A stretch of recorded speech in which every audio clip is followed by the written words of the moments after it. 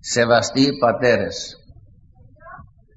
αξιότιμε πρόεδρε του κινήματος της Χριστιανικής Δημοκρατίας, ορθόδοξοι αδελφοί, υποκυρίου ηγαπημένοι και η ζωήν αιώνιον τεταγμένοι, αδελφοί που σας αγάπησε ο Κύριος και έταξε να κατακτήσετε την απέραντη αιωνιότητα. Με την ευχή των τριών ιεραρχών, μεγίστων προμάχων της Ορθοδοξίας, πρώτων οποίων όλοι ημεθανάνοι, αλλά και με την επιδοκιμασία της ομιλίας από τον μακαριότατο προκαθήμενο της Εκκλησίας μας, θα αναπτύξω στην αγάπη σας το θέμα του χιλιασμού ή των λεγόμενων μαρτύρων του Ιεχωβά και παρακαλώ να επιστήσετε ιδιαιτέρως την προσοχή σας. Αλλά προτού αρχίσει η ομιλία, θέλω να δηλώσω ότι σαν δημοκράτης, ο Ορθόδοξος Χριστιανός, αυτός είναι ο αληθινός δημοκράτης, σαν δημοκράτης προτιμώ το διάλογο από το μονόλογο. Διάλογο διεξήγαγε ο αρχηγός της πιστεώς μας με τους εχθρούς του. Διάλογο διεξήγαγαν οι Απόστολοι. Διάλογο οι πατέρες και οι δάσκαλοι της Εκκλησίας.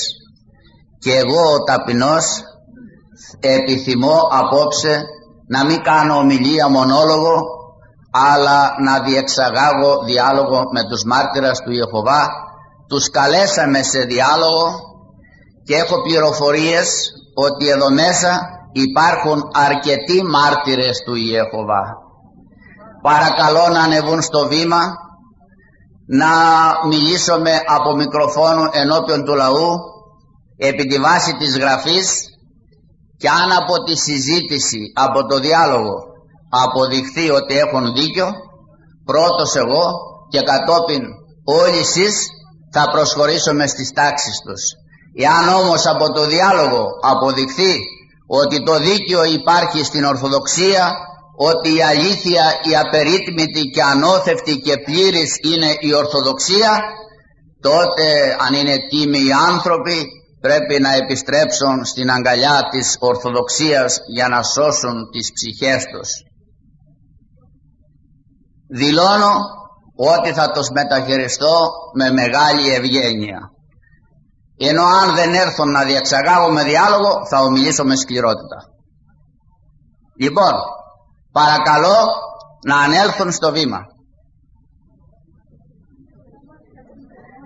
Ειλικρινώς θα τους μεταχειριστώ με αγάπη και με ευγένεια. Όπως είπε ο προλαλής σας κύριος Χαρώνης, δεν μισούμε τους ανθρώπους, μισούμε τις πλάνες και τις αιρέσεις. Τους ανθρώπους αγαπούμε και επιθυμούμε τη σωτηρία τους.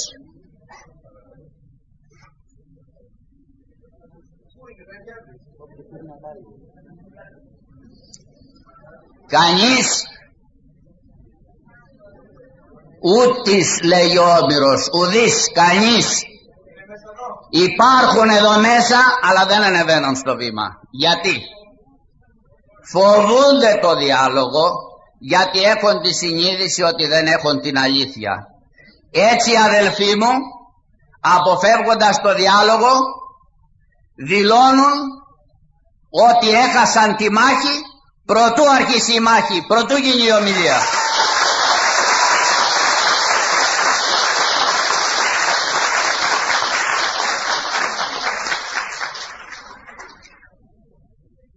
Υπάρχουν σήμερα στον κόσμο 2.000 μεγάλες και μικρές αιρέσεις. Εάν ερωτήσετε ποια είναι η σατανικότερη αίρεση, αδιστάκτως θα απαντήσω. Είναι η αίρεση των λεγόμενων μαρτύρων του Ιεχωβά ή χιλιαστών ή σπουδαστών των γραφών. Δεν αφήνει αυτή η αίρεση λίθον επί λίθου. Συντομότατα, σε αδρότατες γραμμές θα αναφέρω τις κυριότερες πλάνες τους. Το Ευαγγέλιο γράφτηκε στην ελληνική. Ονομάζει το Θεό με το ελληνικό όνομα Κύριος. Αυτοί επιμένουν να ονομάζουν το Θεό με το εβραϊκό όνομα Ιεχωβά. Οι πιστοί μέσα στο Ευαγγέλιο ονομάζονται με το όνομα χριστιανοί. Αυτοί επιμένουν να ονομάζονται με το όνομα μάρτυρες του Ιεχωβά. Γιατί τόση επιμονή για το εβραϊκό όνομα Ιεχωβά? Διότι η φύτρατος είναι από τους Εβραίους, αυτούς που σταύρωσαν τον Χριστό. Δεν παραδέχονται, αδελφοί μου, καν την έννοια θρησκεία.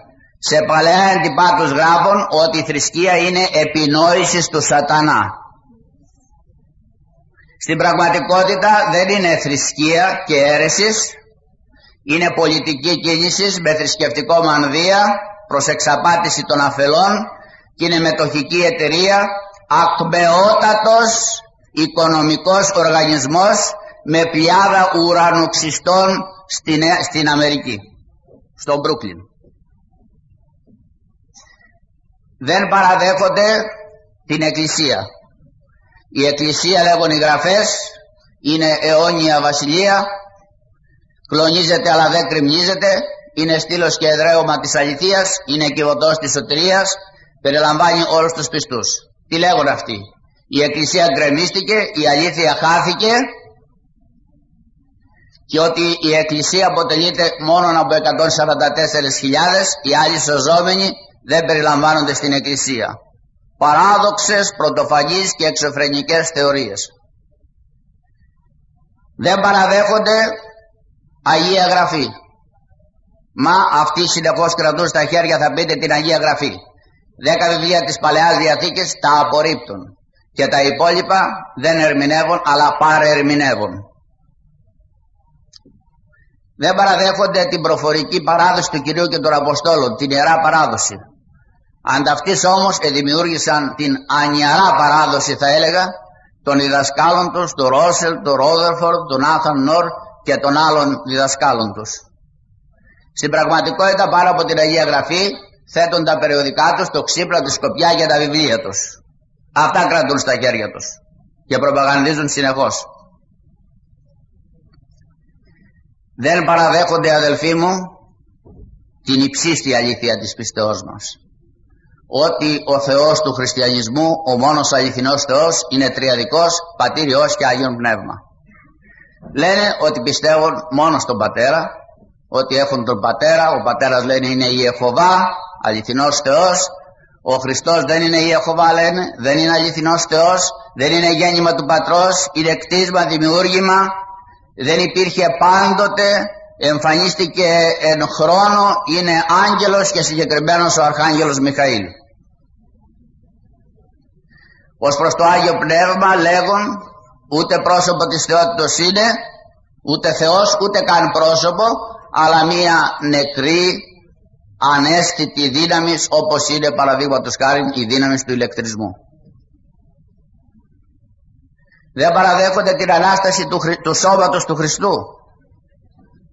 Δεν παραδέχονται τα μυστήρια της Εκκλησίας, ιεροσύνη, βάπτισμα, Θεία Ευχαριστία, κανένα μυστήριο δεν παραδέχονται. Τα μυστήρια για αυτούς είναι απλές τελετές, δεν έχουν σωτηριώδη σημασία. Δεν μεταδίδεται δι' αυτόν η Θεία Χάρις. Δεν παραδέχονται νηστεία. Η νηστεία, είπε ο Χριστός, βγάζει δαιμόνια. Αυτοί είναι όλοι οι κοιλιόδουλοι. Το ιδανικό τους είναι ηλιστικό και σεξουαλικό. Γράφουν μέσα στα βιβλία τους τρομερά πράγματα για τις σεξουαλικές απολαύσεις που περιμένουν να απολαύσουν κατά τη λεγόμενη χιλιετή βασιλεία. Πράγματα που ντρέπεται κανείς να τα εκθέσει σε αυτό το χώρο.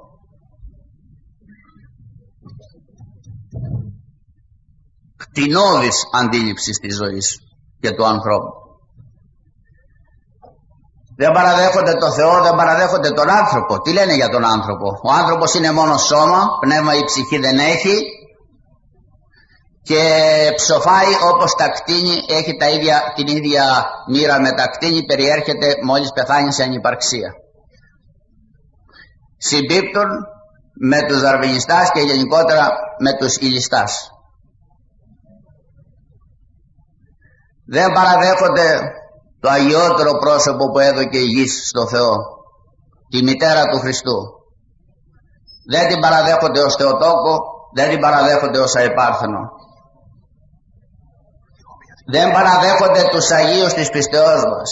Ο Χριστός ήρθε στον κόσμο και ίδρυσε την Εκκλησία για να δημιουργήσει Αγίους, και φανερά είναι τα τέκνα του Θεού και δια σημείων, δια θαυμάτων ο Θεός φανερώνει τους Αγίους Του.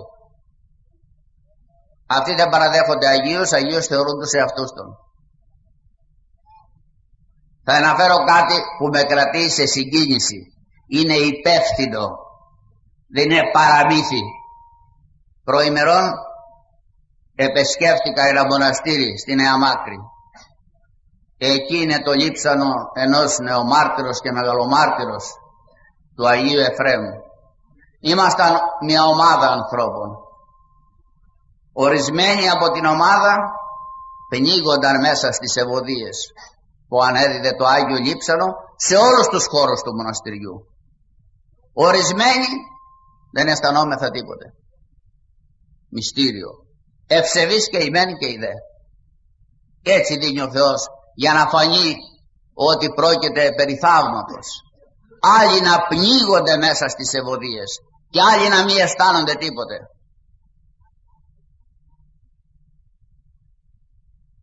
Εκεί στη γειτονιά μου μια κυρία αυτές τις ημέρες που ήταν σε σοβαροτάτη κατάσταση και έρεπε προς την απογοήτευση, υποβασταζομένη, μεταφέρθηκε εκεί στον Άγιο. Μόλις αντίκρισε τον Άγιο, λέει αφήστε με, είμαι καλά. Ανέλαβε δυνάμεις, κόπηκε ο πυρετός και μεγάλη συγκίνηση επικρατεί σε όλη εκείνη την περιοχή. Αδελφοί μου, η θρησκεία μας δημιουργεί Αγίους που θαυμαστώνονται και μετά θάνατον και θαυματουργούς μεγάλους. Εγώ δεν είδα κανένα μάρτυρα του Ιεχωβά όταν πεθαίνει να ευωδιάζει το λειψανό του ή να κάνει θαύματα. Ούτε κανένα άλλο αιρετικό είδα. Αν δείτε εσείς θα με πληροφορήσετε. Έχουμε θρησκεία αληθινή, ζωντανή. Δεν παραδέχονται αυτοί θαύματα. Δεν παραδέχονται το σταυρό του Χριστού μας, το ιερότερο σύμβολο της πίστεως. Ανέβηκε ο Μωυσής, λέγει γραφή, πάνω σε ένα λόφο, ύψωσε τα χέρια του σε στάση εκτάσεως, σχημάτισε με τον κορμό και με τα χέρια του σταυρό και νικούσε ο λαός του Θεού. Αυτοί, όπως λέγει ο Παύλος, είναι εχθροί του σταυρού του Χριστού. Λένε για το σταυρό τέτοια αισχρά λόγια που εάν σας τα έλεγα θα διαλύετε τις καρέκλες και θα τσακίζατε τους χιλιαστάς. Δεν παραδέχονται τις ιερές εικόνες, γιατί μέσα στις κατακόμβες βλέπουμε εικονικές παραστάσεις, γιατί μέσα στη γραφή και αυτός ο Θεός που είναι πνεύμα παρίσταται πολλές φορές εικονικός. Βάζουν κάτω τις εικόνες, πατούνε πάνω, τις θρηματίζουν, ρίπτουν ακαθαρσίες, μη γελάσει κανείς, κατουρούνε πάνω στις εικόνες.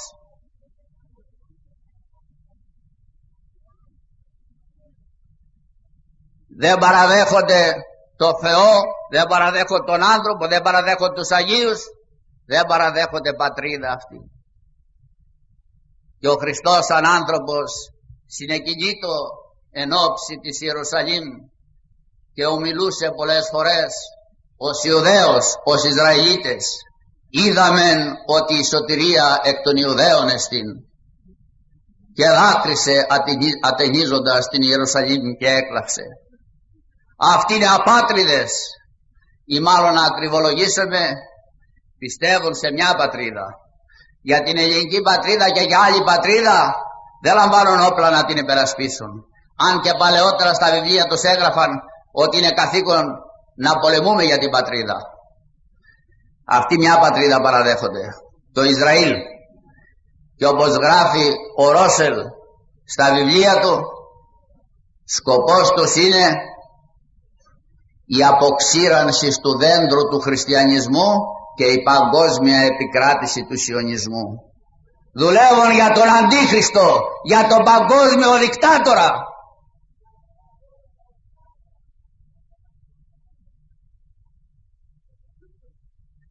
Μιλάνε, δεν αρνούνται την αξία και τη ζωή του ανθρώπου, αρνούνται τη μετάγγιση του αίματος. Η Γραφή λέει, η Παλαιά Διαθήκη απαγορεύει τη μετάγγιση αίματος. Μα η μετάγγιση αίματος είναι μια ιατρική μέθοδος νεότερη. Δεν ήταν αρχαία για να ομιλεί για αυτή η Αγία Γραφή. Αφήνουν τους ανθρώπους και πεθαίνουν, γιατί είναι ανθρωποκτόνοι, όπως ο πατέρας τους ο Σατανάς. Ο διάβολος ανθρωποκτόνος στην απαρχής. Μιλάνε για τις εξουσίες και τις αρχές με τρόπο πολύ εξοργιστικό. Ο Παύλος λέγει ότι οι αρχές και οι εξουσίες, οι θεσμοί είναι από το Θεό για να συγκρατούν την τάξη. Αν λείψει ο στρατός, η χωροφυλακή, η αστυνομία, τα δικαστήρια, δεν μένει τίποτε όρθιο. Αυτοί λένε όλες οι εξουσίες, όχι οι εξουσιαστές τα πρόσωπα, οι εξουσίες, οι θεσμοί, όλες οι εξουσίες είναι από το διάβολο.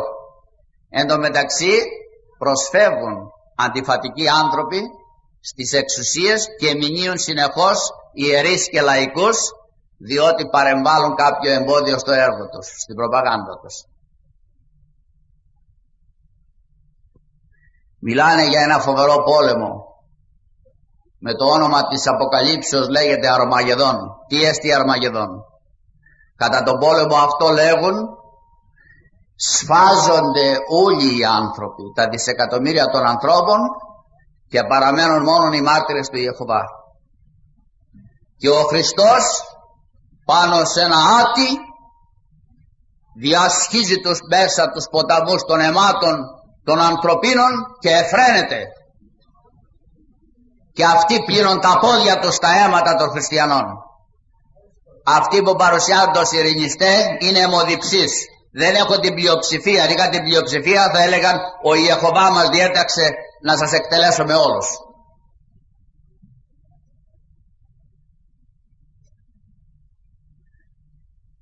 Έλεγαν ότι το 1975 θα γινόταν ο Αρμαγεδόν, το φθινόπωρο του 1975, και θα εμφαζόμεθα όλοι εμείς και θα παρέμεναν αυτοί και θα αναστέλνονταν οι νεκροί, οι δίκαιοι της Παλαιάς Διαθήκης, και θα σχημάτιζαν κυβέρνηση επί της γης κατά τον τύπο των κοσμικών κυβερνήσεων του Ρίγκαν και του Αντρόποφ, και θα ήταν βασιλιάς ο Χριστός, πρωθυπουργός ο Αβραάμ, αντιπρόεδρος της κυβερνήσεως ο Ισαάκ, ο Νόε με την Κιβωτό του λέει υπουργός εμπορικής ναυτιλίας.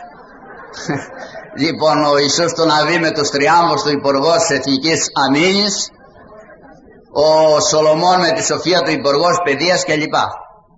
Και δεν κυβερνούσαν τον κόσμο. Είπαν πολλές φορές ότι θα γινόταν η Ανάσταση του δικαίου της Παλαιάς Διαθήκης και θα σχηματιζόταν η επίγεια αυτή κυβέρνηση και θα άρχιζε η χιλιετής βασιλεία, και διαψεύστηκαν. Τελευταία έλεγαν ότι θα γινόταν το 1975, πάλι διαψεύστηκαν. Όση ντροπή έπειτα από τις αλλεπάλληλες διαψεύσεις, όση ντροπή αισθάνονται εκείνα τα ζώα που φημίζονται για την υπομονή τους, άλλοι τόσοι αισθάνθηκαν και αυτοί. Αναγγέλω όμως το εξής ευχάριστο, όπως έγραψαν οι Times της Νέας Υόρκης, από τα 2,5 εκατομμύρια που είναι αυτοί οι αντίχριστοι στον κόσμο, έπειτα από τη διάψευση της προφητείας για το 1975, 1 εκατομμύριο έφυγαν από τις τάξεις τους.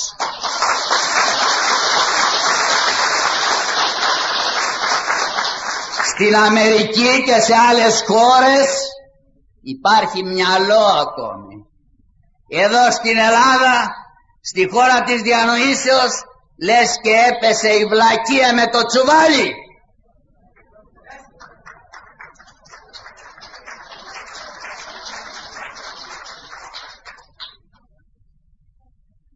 Αδελφοί μου, δεν παραδέχονται παράδεισο, ουράνιο παράδεισο. ή μάλλον λένε ότι υπάρχει ουράνιος παράδεισος και εκεί μεταβαίνουν μόνο 144.000, οι 135.000 για την ακρίβεια λένε ήδη αναστήθηκαν και πήγαν στον ουρανό. Ας είναι γεμάτη η τάφη από μπροστά.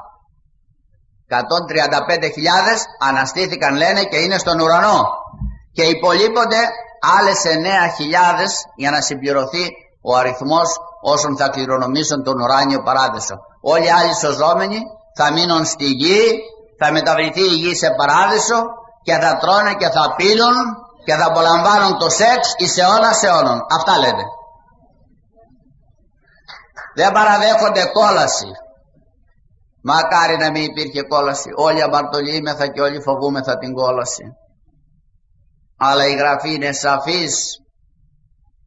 Ο αμαρτωλός από την ώρα που αμαρτάνει ο ίδιος δημιουργεί κόλαση μέσα του.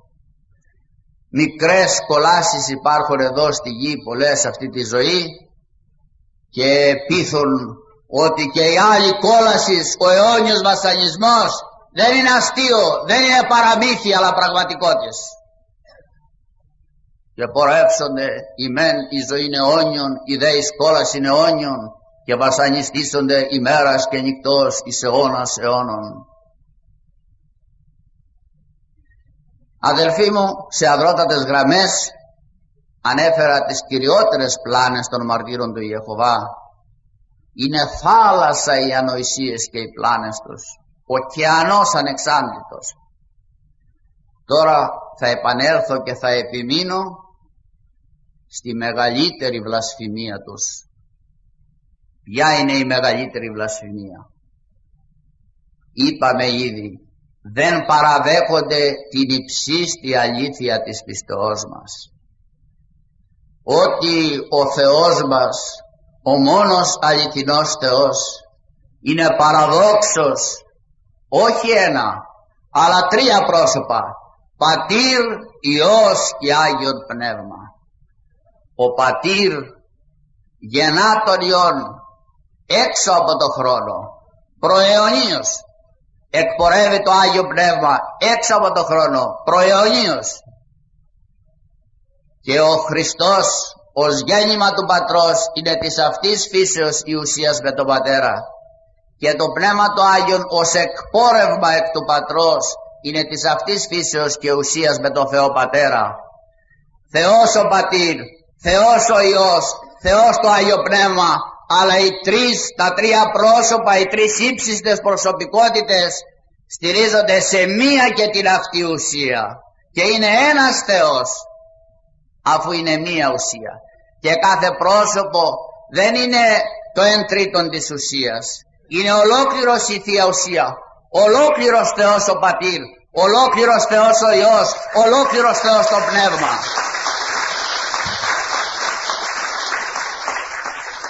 Αν θέλω να το πούμε με την εβραϊκή λέξη, η Ιεχωβά όχι μόνον ο Πατήρ, αλλά η Ιεχωβά και ο Υιός, η Ιεχωβά και το Πνεύμα, και οι τρεις ένας η Ιεχωβά.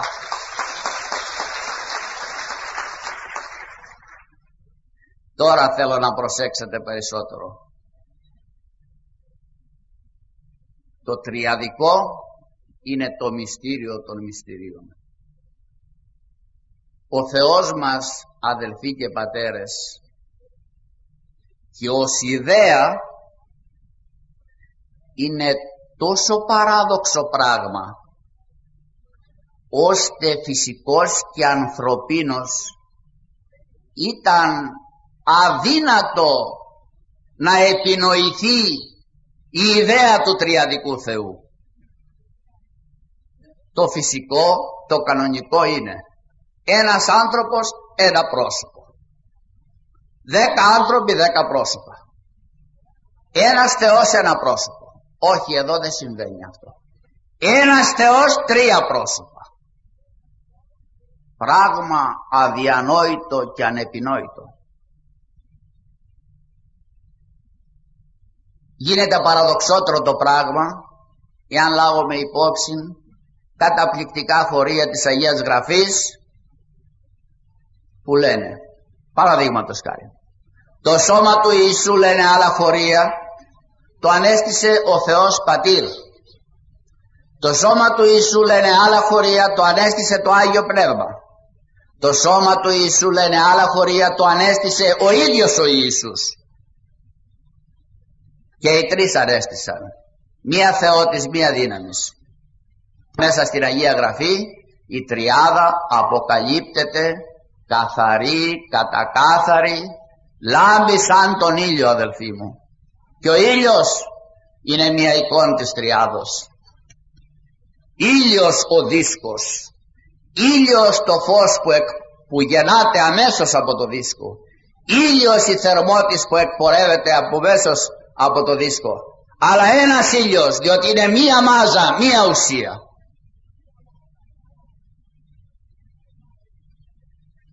Θα αναφέρω μερικά καταπληκτικά χωρία της Αγίας Γραφής που με την παραδοξολογία τους δείχνουν ότι η Γραφή είναι θεόπνευστη. Τέτοια λόγια που θα ακούσετε, αδελφοί μου, φυσικός και ανθρωπίνος, δεν ήταν δυνατό να επέλθουν στη διάνοια ανθρώπου. Αν η Γραφή έχει τέτοια λόγια, τα έχει διότι υπάρχει πραγματικά τριαδικός Θεός και εμπνέει τους προφήτες και τους Αποστόλους και γράφουν όσα καταπληκτικά γράφουν. Στον Ιώβ 2000 περίπου π.Χ. στο λάμδα ε10 διαβάζομαι τα εξής ακριβώς λόγια στο εβραϊκό κείμενο. Ουδής λέγει πού είναι ο Θεός μου, η δημιουργή μου, ο οποίος διδιάσματα εις την νύχτα.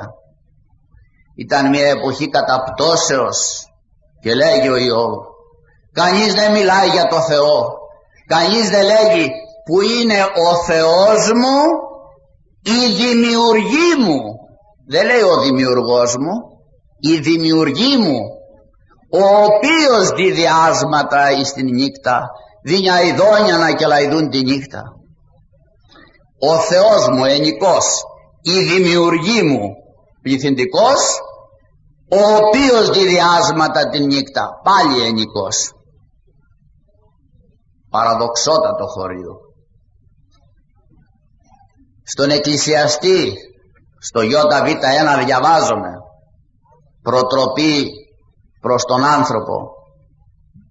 Άνθρωπε, μνήστητη των δημιουργών σου εν την νεότητή σου. Άνθρωπε, μη λες θα ενδιαφερθώ για το Θεό, θα θυμηθώ το Θεό όταν γεράσω, αλλά κατά την νεότητά σου τότε να ενθυμηθείς, δεν λέει των δημιουργών σου, τους δημιουργούς σου. Ποιήσομεν άνθρωπον κατ' εικόνα ημετέραν και καθομοίωσιν. Δεν είναι ένα πρόσωπο ο Θεός, είναι περισσότερα πρόσωπα. Δια τούτο δεν λέγει ο δημιουργός, αλλά η δημιουργή. Θυμήσου τους δημιουργούς σου, άνθρωπε, κατά την νεότητά σου. Θα αναφέρω λίγα χωρία, πάλι πολύ παράδοξα, μέσα στα οποία γίνεται διάκριση δύο εδώ προσώπων της θεότητος. Κατόπιν θα αναφέρω χωρία όπου γίνεται διάκριση τριών προσώπων της θεότητος. Ο Αμώς στο Γ1 λέγει, γράφει, τάδε λέγει Κύριος περί του Ισραήλ, τον οποίον εγώ ανεβίβασα εκ γης Αιγύπτου. Τι έπρεπε κανονικά να είπε? Τάδε λέγει Κύριος περί του Ισραήλ, τον οποίον αυτός ανεβίβασε. Δεν το λέγει έτσι, αλλά τι λέγει? Τάδε λέγει Κύριος περί του Ισραήλ, τον οποίον εγώ ανεβίβασα. Δύο πρόσωπα. Το ομιλούν πρόσωπο λέγει εγώ ανεβίβασα τον Ισραήλ από την Αίγυπτο. Είναι πρόσωπο της θεότητος. Και διακρίνει τον εαυτόν του από άλλο πρόσωπο και λέγει τάδε λέγει Κύριος περί του λαού τον οποίον εγώ ανεβίβασα εκ της Αιγύπτου. Αυτού του τύπου τα χωρία είναι πάρα πολλά. Στον Ιερεμία διαβάζουμε: τάδε λέγει Κύριος περί των γειτόνων των κακών, οι οποίοι άπτονται της κληρονομίας μου, την οποίαν εγώ εμέρισα εις των λαών μου. Τάδε λέγει Κύριος περί των ψευδοπροφητών, ο Κύριος περί των ψευδοπροφητών λέγει, τους οποίους εγώ, οι οποίοι προφητεύουν επί το ονοματί μου, δεν λέει επί το ονόματι αυτού, ενώ εγώ δεν απέστειλα αυτούς. Επαναλαμβάνω το χωρίο. Τάδε λέγει Κύριος περί των ψευδοπροφητών, οι οποίοι προφητεύουν εις το όνομά μου, ενώ εγώ δεν απέστειλα αυτούς. Στον Αμώς Δέλτα 11: κατέστρεψα ημάς καθώς κατέστρεψεν ο Θεός τα Σόδομα και Γόμορα, λέγει Κύριος Παντοκράτορ. Μιλάει ένα πρόσωπο που λέγεται Κύριος Παντοκράτορ, Γεχωβά Σαβαώθ στα εβραϊκά, και λέει: εγώ ο Γεχωβά Σαβαώθ, ο Κύριος Παντοκράτορ, σας κατέστρεψα όπως ο Θεός κατέστρεψε τα Σόδομα και Γόμορα.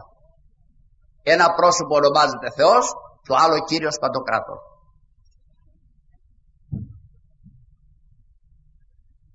Στο Ζαχαρία, στο 3:1: και είπεν ο Κύριος προς τον διάβολον, θα σε επιτιμήσει ο Κύριος, διάβολε. Ο ένας Κύριος, ομιλώντας στο διάβολο, λέγει ότι θα τον επιτιμήσει το διάβολο ένας άλλος Κύριος. Η Ιεχωβά, και τα δυο Κύριος στα εβραϊκά. Πώς αρχίζει το βιβλίο του Οβδιού του προφήτου? Κατά πολύ παράδοξο τρόπο. Τι λέγει? Τάδε λέγει Κύριος ο Θεός περί της Ιδωμαίας. Τι λέγει ο Κύριος ο Θεός περί της Ιδωμαίας? Να τι λέγει: ακοήν ήκουσα παρακυρίου. Εγώ ο Κύριος Θεός ήκουσα ήλυσιν από τον Κύριον.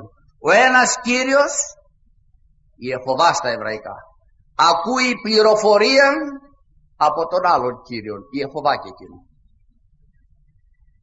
Κατά την Καινή Διαθήκη, ο Υιός, επειδή γεννάται εκ του Πατρός, ακούει παρά του Πατρός, και το Πνεύμα, επειδή εκπορεύεται παρά του Πατρός, ακούει παρά του Πατρός. Εγώ, είπε ο Χριστός, όσα ήκουσα παρά του Πατρός μου, ταύτα λαλώ εν το κόσμο. Και δια τον Παράκλητον είπε, όταν έλθει εκείνος, δεν θα λαλήσει αφ' αυτού, αλλά εν συμφωνία μετά του Πατρός, όσα αν ακούσει, ταύτα λαλήσει. Βέβαια οι εκφράσεις είναι ανθρωποπαθείς και σημαίνουν απερινόητες σχέσεις των προσώπων της θεότητος. Τώρα ερχόμεθα σε σαφώς τριαδικά χωρία. Γενέσεως Ιώτα Ήτα και Ιώτα Θήτα. Δύο κεφάλαια γεμάτα μυστήριο. Τέτοια μυστήρια δεν βρίσκει κανείς σε κανένα βιβλίο του κόσμου. Όφθη, εφανερώθη οφθαλμοφανώς ο Θεός, ο Ιεχωβά λέγει το εβραϊκό, στο μεγάλο φίλο του τον Αβραάμ, στα δρύς του Μαμβρή. Ο Θεός, όπως είναι αδελφοί μου, ως πνεύμα δεν φαίνεται ούτε άγγελος. Αλλά όταν ο Θεός θέλει να φανερωθεί στους εκλεκτούς του δούλους, προσαρμόζεται προς τον άνθρωπο, λαμβάνει μορφή και φωνή ανθρωπίνη. Πώς εφανερώθη στον Αβραάμ ο Θεός, ο Ιεχωβά? Ήψωσε ο Αβραάμ τα μάτια του να ειδεί τον φανερωθέντα Θεό, και ειδού παραδόξως βλέπει τρεις άνδρας ενώπιον του, υπομορφήν τριών ανδρών, τριών προσώπων. Ένας Θεός, τρία πρόσωπα. Σπέβδει κατά θεία παρόρμηση ο Αβραάμ, ο οποίος ήταν προφήτης, πίπτει κατά πρόσωπο επί της γης, προσκυνεί τους τρεις και τους προσφωνεί παραδόξως σε ενικό. Κύριε, δεν λέει Κύριοι, Κύριε, οι τρεις ένας Κύριος. Και άλλοτε ομιλεί προς αυτούς κατά πληθυντικών και άλλοτε κατά ενικών. Άλλοτε λέγει είμαι ο δούλος σας. Άλλοτε λέγει σε αυτούς είμαι ο δούλος σου. Αυτοί οι τρεις παραδόξως δεν ομιλούν πρώτα ο ένας, κατόπιν ο άλλος και κατόπιν ο τρίτος, αλλά ομιλούν συγχρόνως με ένα στόμα, λέγουν τα ίδια λόγια συγχρόνως, παρουσιάζουν πλήρη ισοτιμία. Η Γραφή λέγει αυτούς τους τρεις είπαν οι τρεις, κατόπιν λέγει είπεν. Ποιος είπεν? Οι τρεις. Το συντακτικό καταργείται. Οι τρεις οι οποίοι είναι ένας Θεός. Ο ένας από τους τρεις παραμένει περισσότερο με τον Αβραάμ, οι άλλοι δύο μεταφέρουν αγγελία στο Λότ στα Σόδομα. Γι' αυτό λέγονται και άγγελοι. Άγγελος λέγεται και ο Θεός πολλές φορές. Όταν προσαρμόζεται προς τον άνθρωπο λαμβάνει φωνή και αγγέλει, ομιλεί, λαλεί. Όταν ο Λότ βλέπει τα δύο αυτά πρόσωπα, τα προσφωνεί κανονικό σε πληθυντικό Κύριοι. Έπειτα από λίγο, λέγει η Γραφή, είπε ο Λότ προς αυτούς τους δύο, μη παρακαλώ Κυριέ μου, οι δύο ένας Κύριος. Αυτοί οι δύο έσπρωξαν την οικογένεια του Λότ έξω από τα Σόδομα για να μην καεί. Και λέγει η Γραφή, το εβραϊκό, και όταν έβγαλαν αυτοί οι δύο άνδρες, όταν έβγαλαν έξω τους ανθρώπους της οικογένειας του Λότ, όταν έβγαλαν, πληθυντικός έβγαλαν, είπεν. Κανονικώς τι έπρεπε να πει? Όταν έβγαλαν έξω την οικογένεια, είπαν. Δεν λέει έτσι. Όταν έβγαλαν έξω την οικογένεια, είπεν. Ένα ρήμα σε πληθυντικό, ένα ρήμα σε ενικό. Αυτοί οι δυο που προσφωνούνται ως ένας Κύριος λένε στο Λότ, μας έστειλε ο Κύριος, ο τρίτος που παρέμεινε περισσότερο με τον Αβραάμ, να βρέξουμε την καταστροφή στις αμαρτωλές πόλεις. Και έβρεξαν την καταστροφή αυτοί οι δυο που προσφωνούνται ως ένας Κύριος.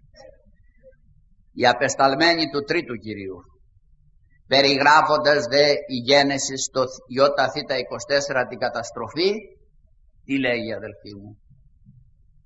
Έβρεξε ο Κύριος πάνω στα Σόδομα και Γόμορα φωτιά και θιάφη εκ μέρους του Κυρίου. Έβρεξε ο Ιεχωβά, λέει το εβραϊκό, εκ μέρους του Ιεχωβά. Έβρεξαν αυτοί οι δυο, ένας Κύριος είναι, μία ουσία, εκ μέρους του Κυρίου, του άλλου που παρέμεινε περισσότερο με τον Αβραάμ.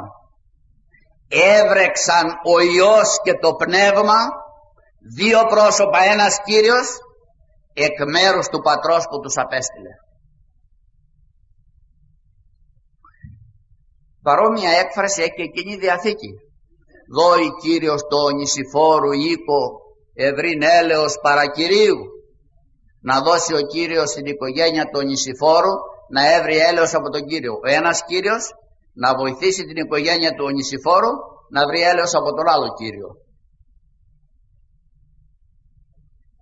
Να βοηθήσει ο πατήρ να βρει έλεος από τον Υιόν ή να βοηθήσει ο Υιός να έβρει έλεος από τον πατέρα.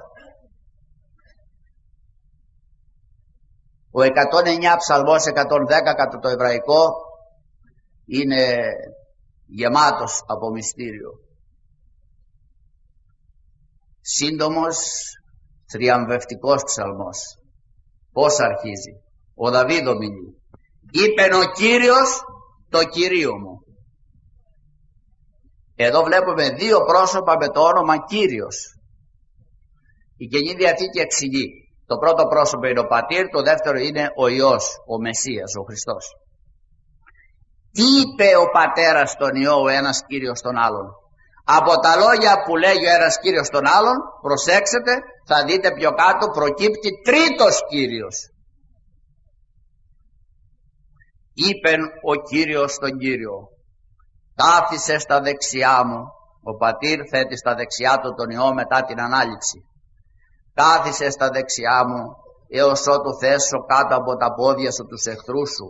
Ο Κύριος, μιλάει ο πατέρας στον Υιό και λέει ο Κύριος, δεν λέει εγώ ο πατέρας, ο Κύριος, τρίτος Κύριος, θα σου στείλει δύναμη από τη Σιών. Ένας τρίτος Κύριος θα εκδηλωθεί μετά την Ανάληψη στη Σιών και θα γεμίσει την Ιερουσαλήμ με δύναμη. Ο Κύριος ορκίστηκε, παιδί μου, για σένα. Θα είσαι αιώνιος αρχιερεύς κατά την τάξη Μελκισεδέκ. Ο Κύριος ο εκ δεξιών σου, λέει πιο κάτω στο στίχο 5. Τοποθετεί τον τρίτο Κύριο στα δεξιά του δευτέρου. Έτσι έχουμε την εξής εικονική παράσταση. Ο πατήρ αριστερά θέτει δεξιά του τον Υιό και μιλώντας στον Υιό μιλάει για τρίτο Κύριο στα δεξιά του Υιού. Ο τρίτος αυτός Κύριος ονομάζεται και Αδωναή και Ιεχωβά, αληθινός Θεός στα εβραϊκά.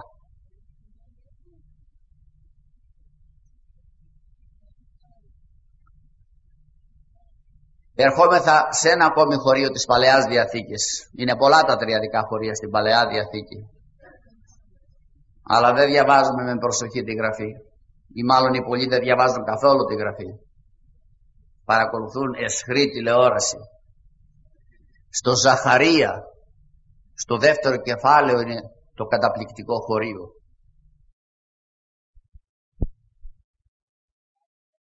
Παρουσιάζεται ένα πρόσωπο που λέγεται Κύριος, εβραϊκά Ιεχωβά, αληθινός Θεός, και απευθύνεται στους εξορίστους Ισραηλίτες στη Βαβυλώνα και λέγει Κύριος, ελάτε, ελάτε, επιστρέψετε στην Ιερουσαλήμ και εγώ ο Κύριος θα γίνω πύρινο τείχος γύρω από σας για να σας προστατεύω, διότι, λέγει στη συνέχεια αυτός ο Κύριος, ούτω λέγει Κύριος Παντοκράτορ, δεύτερος Κύριος. Τώρα θέλουμε να ακούσουμε τι λέει αυτός ο δεύτερος Κύριος, ο Κύριος Παντοκράτορ, Ιεχωβά Σαβαώθ. Άκουστε τι λέει ο δεύτερος Κύριος. Ο πίσω δόξης με απέστειλε. Λέει ότι κάποιος τον απέστειλε, τον Κύριο Παντοκράτορα, να πάει να κυνηγήσει και να κατακτήσει δόξα. Και θα σύσω τα έθνη, λέγει έτσι, με το κούνημα της χειρός μου. Και θα έλθω και θα κατοικήσω στην Ιερουσαλήμ. Και τότε θα καταλάβετε ότι ο Κύριος Παντοκράτορ με απέστειλε. Ο ένας Κύριος Παντοκράτορ μιλάει και λέει ότι τον απέστειλε άλλος Κύριος Παντοκράτορ. Τρεις Κύριοι. Η Ιεχωβά και ο πρώτος, η Ιεχωβά και ο δεύτερος, η Ιεχωβά και ο τρίτος. Ερχόμεθα στην Καινή Διαθήκη. Η τριάς λάμπη φαϊνότερον ηλίου.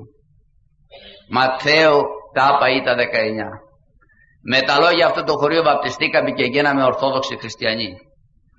Βαπτίζοντες εις το όνομα, δεν λέει στα ονόματα, ένα όνομα. Εδώ κατά την εβραϊκή έννοια το όνομα σημαίνει μία ουσία, μία φύσης. Εις το όνομα, και ενώ λέει στο όνομα, παραδόξως ακολουθούν τρεις. Κάτω από αυτό το όνομα στεγάζονται τρεις. Ο Πατήρ, ο Υιός και το Άγιο Πνεύμα. Βαπτίζονται σε αυτούς εις το όνομα του Πατρός και του Υιού και του Αγίου Πνεύματος. Τα τρία πρόσωπα που παρουσιάστηκαν στον Αβραάμ, εδώ ονομάζουν το καθένα με ιδιαίτερο όνομα. Το ένα Πατήρ, το άλλο Υιός, το άλλο Άγιο Πνεύμα. Μας λένε που βρήκατε την τριάδα. Να που βρήκαμε την τριάδα. Πατήρ ένας, Υιός δύο, Άγιο Πνεύμα τρεις, και οι τρεις ένα όνομα. Μέχρι το τρία και τα νήπια μπορούν να μετρήσουν. Αυτή είναι η νηπιοδέστερη των νηπίων. Εάν μας ερωτήσει κανείς, αδελφοί μου, ποιο είναι το όνομα του Θεού μας, και θέλουμε να δώσουμε ακριβή και πλήρη απάντηση, πρέπει να απαντήσουμε. Το όνομα του Θεού μας είναι Πατήρ, Υιός και Άγιο Πνεύμα.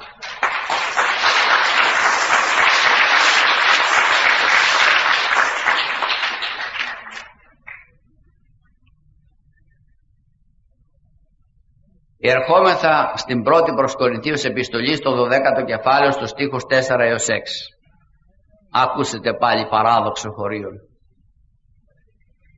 Εσύ διαιρέσεις χαρισμάτων το δε αυτό πνεύμα. Μετράτε το πνεύμα, ένα.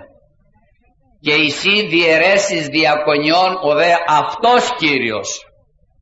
Και εσύ διαιρέσεις ενεργημάτων ο δε αυτός εστι Θεός, ο ενεργό τα πάντα. Εδώ ανέφερε τρεις. Πρώτο το Άγιο Πνεύμα, δεύτερο τον Κύριο Ιησού Χριστό, τελευταίον τον Θεό και Πατέρα.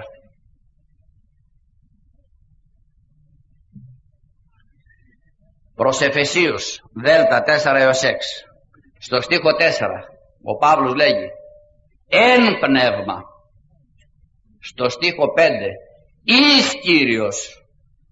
Στο στίχο 6 εις Θεός. Εν πνεύμα το Άγιο Πνεύμα. Εις Κύριος, ο Κύριος Ιησούς Χριστός. Εις Θεός, ο Θεός Πατήρ.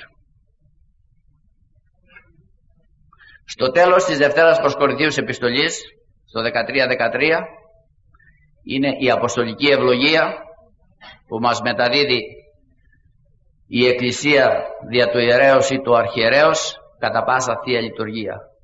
Η χάρις του Κυρίου ημών Ιησού Χριστού και η αγάπη του Θεού και Πατρός και η κοινωνία του Αγίου Πνεύματος ή με θυμών. Τρία πρόσωπα.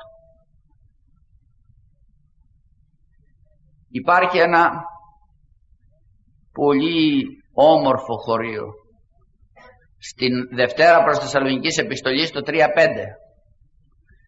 Εσείς θα βρείτε ποιος είναι ο Κύριος σε αυτό το χωρίο. Είναι ο Πατήρ, ο Υιός ή το Άγιο Πνεύμα. Εσείς θα το βρείτε, όλοι θα το βρείτε. Αν υπάρχουν εδώ και υπάρχουν μάρτυρες του Ιεχωβά, αυτοί θα κάνουν πως δεν το καταλαβαίνουν. Λοιπόν, ο Κύριος, λέγει ο Παύλος, να κατευθύνει τις καρδιές σας στην αγάπη του Θεού και στην υπομονή του Χριστού. Ο Κύριος να κατευθύνει τις καρδιές σας στην αγάπη του Θεού και στην υπομονή του Χριστού. Ποιος είναι αυτός ο Κύριος? Το Άγιο Πνεύμα. Εσείς το καταλαβαίνετε. Έχω ρωτήσει τόσους χιλιαστάς, ποιος είναι αυτός ο Κύριος? Μου απαντούν, δεν ξέρουμε. Στο χωριό μου λένε να ξεραθείτε.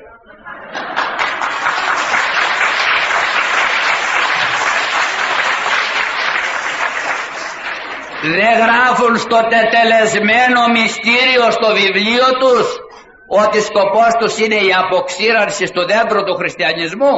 Αντί να αποξηρανθούμε εμείς, να αποξηρανθούν αυτοί.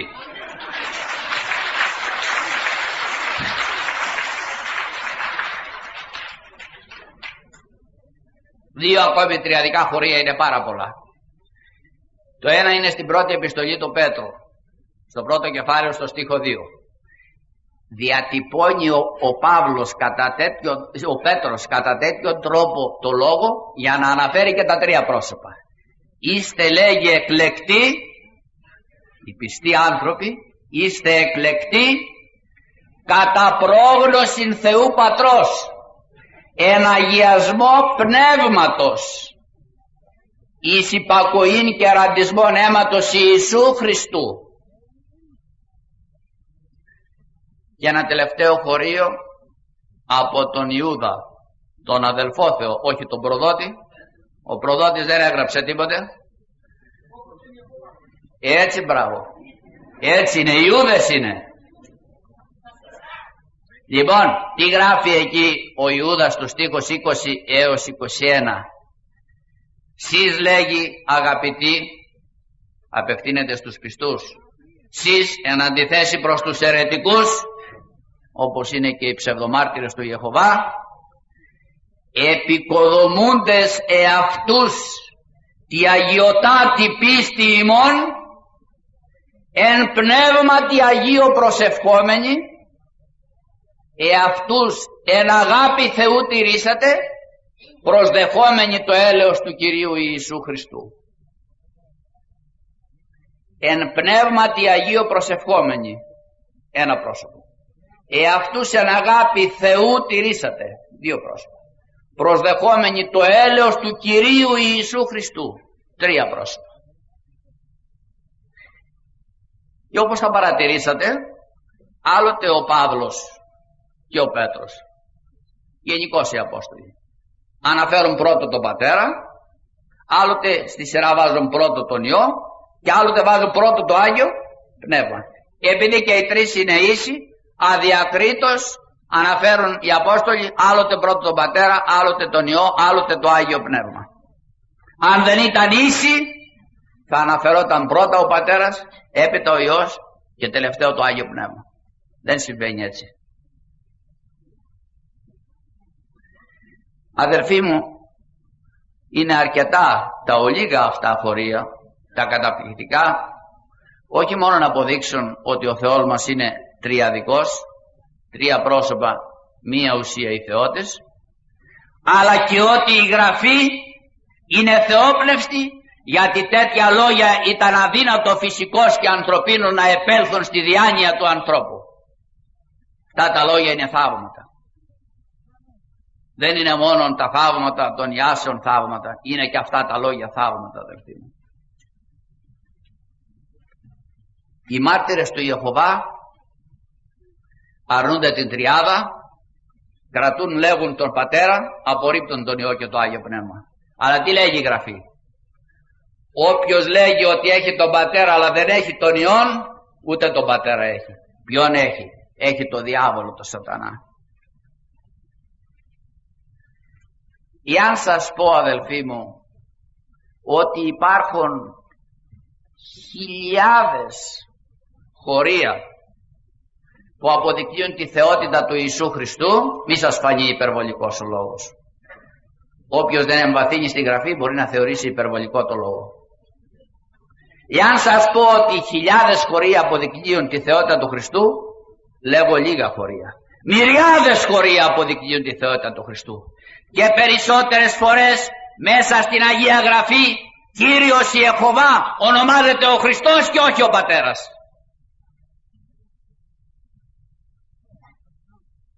Στην Αποκάλυψη διακηρύσσεται δια των ερχόμενων. Ο ερχόμενος είναι υψηλός μεσσιακός τίτλος του Χριστού.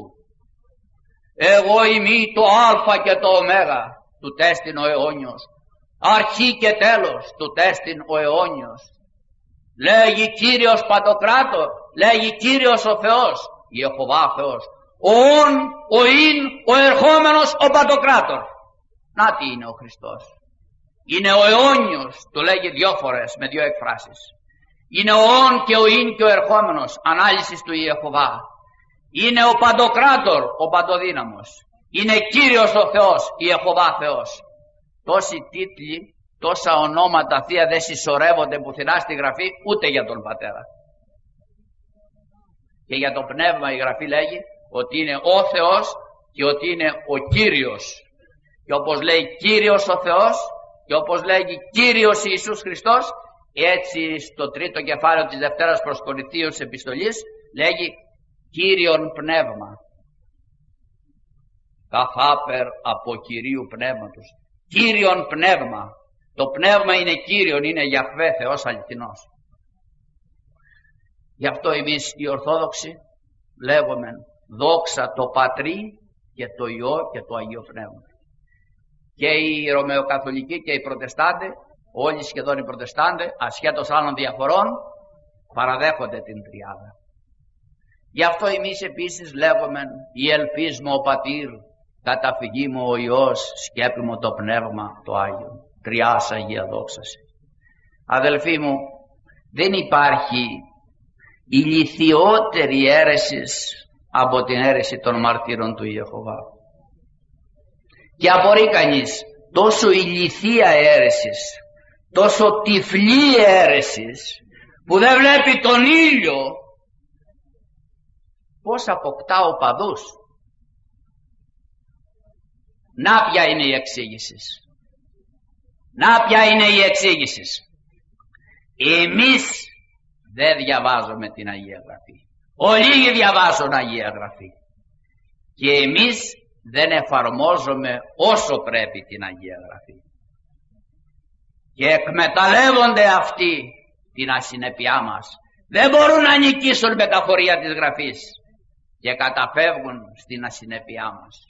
Αλλά λέγω, αυτοί είναι καλύτεροι από μας. Είναι καλύτεροι από μας.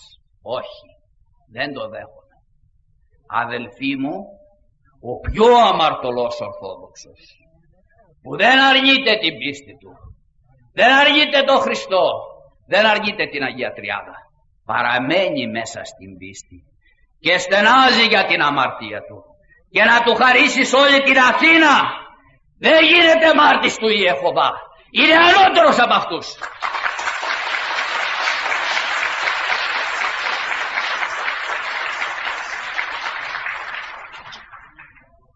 Εμείς οι Ορθόδοξοι που παραμένουμε στην πίστη, αμαρτωλοί είμαστε, ναι, ένας είναι ο αναμάρτητος, αλλά δεν είμαστε ασεβείς, δεν είμαστε αρνητές της πίστεως, δεν είμαστε αντίχριστοι.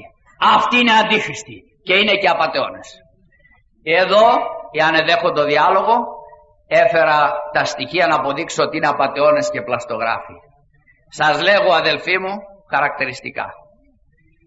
Έβγαλαν βιβλίο και έλεγαν το 1914 θα γίνει το τέλος του κόσμου και η έναρξη της χιλιετούς βασιλείας. Δεν έγινε αυτό. Τι έκαναν οι απατεώνες? Τύπωσαν βιβλίο άλλο, πανομοιότυπο με το πρώτο. Ίδιες σελίδες, ίδια γράμματα, χαρακτήρες, ίδια εξώφυλλα, ίδιες φωτογραφίες, πανομοιότυπο. Και όταν έφτασα στο σημείο που έλεγαν το 1914 το τέλος του κόσμου, έβαλαν ένα δεν. Το 1914 δεν θα γίνει το τέλος του κόσμου. Έχω εδώ, ναι, σε 3 λεπτά τελειώνω.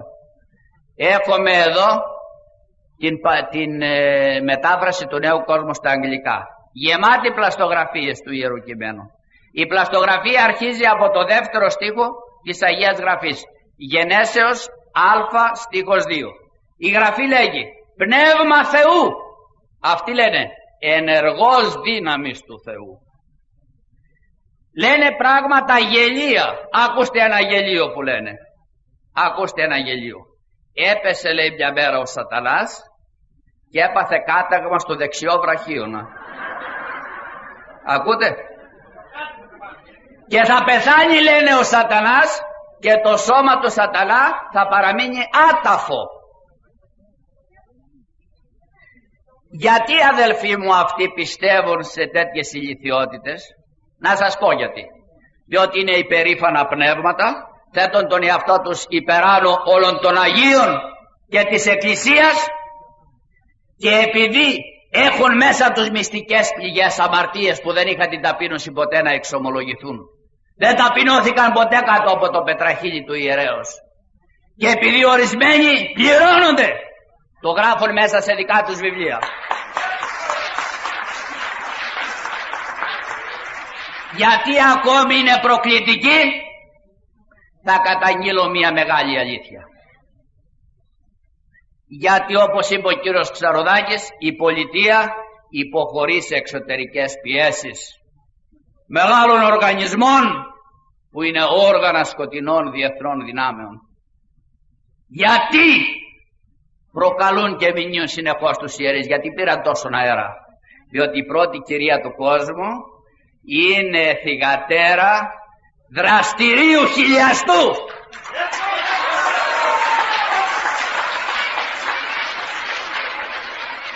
Γι' αυτό η κυρά αυτή αναμειγνύεται στα του δημοσίου βίου των Ελλήνων και θέλει να ξεριζώσει την πίστη μας, όπως δήλωσε. Τελείωσα.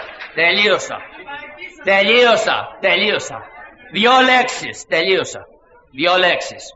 Επαναλαμβάνω. Αμαρτωλήνε. Όχι ασεβείς. Όχι αρνητέ της πίστεως. Όχι αρνητέ του Θεού μας. Πιστεύουμε, αδελφοί μου.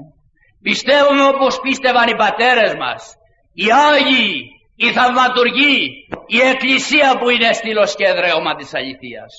Και επειδή πιστεύουμε, με την πίστη ο Θεός μας καθαρίζει, μας αγιάζει, μας φωτίζει, μας δοξάζει, μας παραδίδει βασιλεία ασάλευτη, δια να συμβασιλεύουμε με τον Χριστό εις αιώνας αιώνων και της βασιλείας ημών να μην υπάρχει τέλος.